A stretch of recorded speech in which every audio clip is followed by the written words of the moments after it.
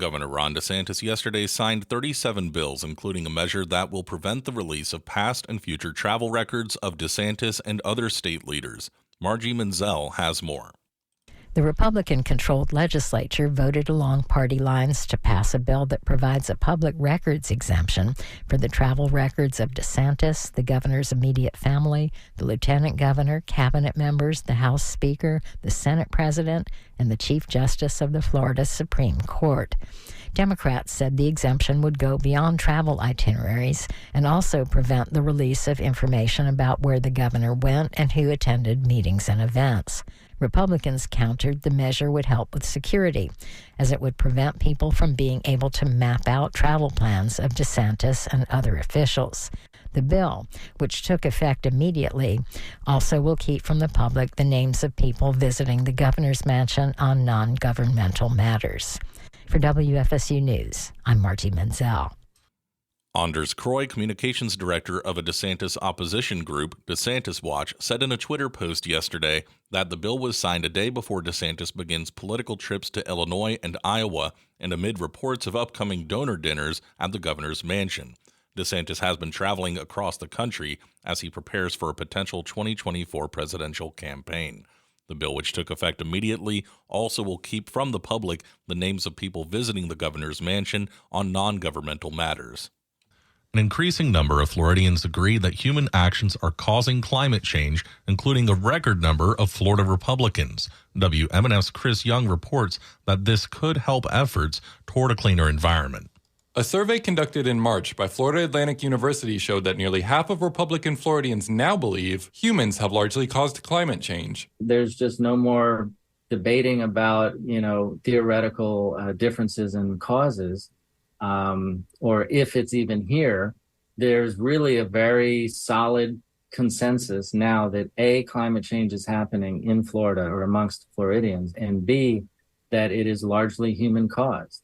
Dr. Colin Polsky, director of the FAU Center for Environmental Studies, describes a deep historical divide regarding climate change. In the 80s, Democrats made climate change a key issue. Naturally, Republicans took the opposing side.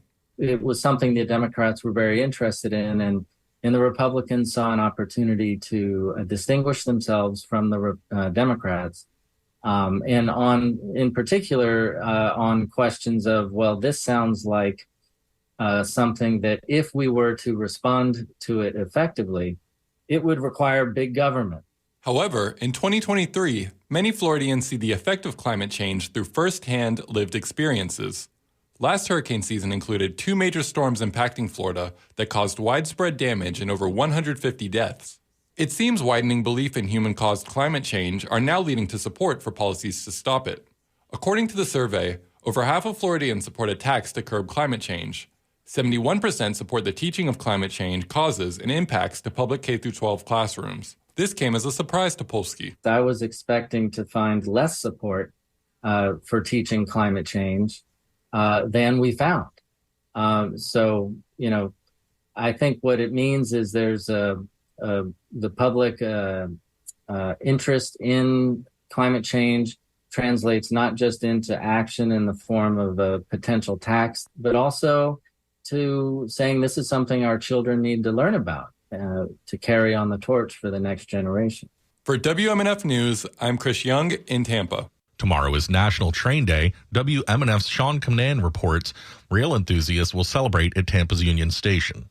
Every day, an Amtrak train arrives from New York and departs from Miami from a historic rail station near downtown Tampa. And later in the day, another Silver Star Line train arrives and departs heading north along the same route. That's the extent of intercity train service in a region with very little passenger rail service. Enthusiasts will celebrate trains Saturday at Union Station, which is located at 601 North Nebraska Avenue. That's just east of downtown Tampa, not far from Channelside. Tampa's National Train Day celebration lasts from 10 in the morning until 4 in the afternoon. For WMNF News, I'm Sean Canan. St. Petersburg Mayor Kenneth Welch announced a new position within the city's cabinet this week. WMNF's Taylor Lovejoy reports there will be a new type of CEO in town. According to a press release from the city of St. Petersburg, the role of Chief Equity Officer was created in response to a structural racism study conducted by the city in 2021. The CEO's primary administrative focus is on inclusive progress. Mayor Welch says the role will retain, quote, oversight and direction over the city's efforts to advance racial equity and inclusion within the city government in collaboration with community stakeholders. To learn more about the position, you can visit stpete.org/jobs. For WMNF News, I'm Taylor Lovejoy. With opposition to COVID-19 mandates a key part of this political brand, Governor Ron DeSantis yesterday signed a bill that includes issues such as barring businesses and government agencies from requiring people to take COVID-19 tests or wear masks to enter facilities. The Republican-controlled House and Senate passed the bill during the legislative session that ended last week. DeSantis held a bill signing event on the same day that a federal public health emergency for COVID-19 was set to end. But DeSantis pointed to a need to address the potential of future government mandates. One of the reasons we're doing this bill is, yes, in Florida, we're glad that we stood firm, but a lot of the elites and the bureaucrats, they think that this response is how you should do it again in the future if something like that happens. Lawmakers also passed a similar measure during a 2021 special session, but key parts of that law will expire June 1st, the same day much of the new bill takes effect.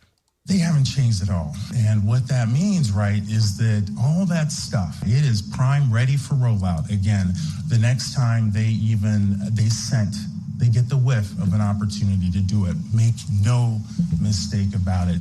That was Florida Surgeon General Joseph Ladapo. After Florida schools and large parts of the economy initially shut down in 2020 because of the pandemic, DeSantis made a high-profile issue of getting students back into classrooms, reopening businesses, and eliminating mandates. He frequently touts his handling of the pandemic as he gears up for a widely expected White House bid in 2024. Produced at the studios of WMNF Tampa by Colleen Cole.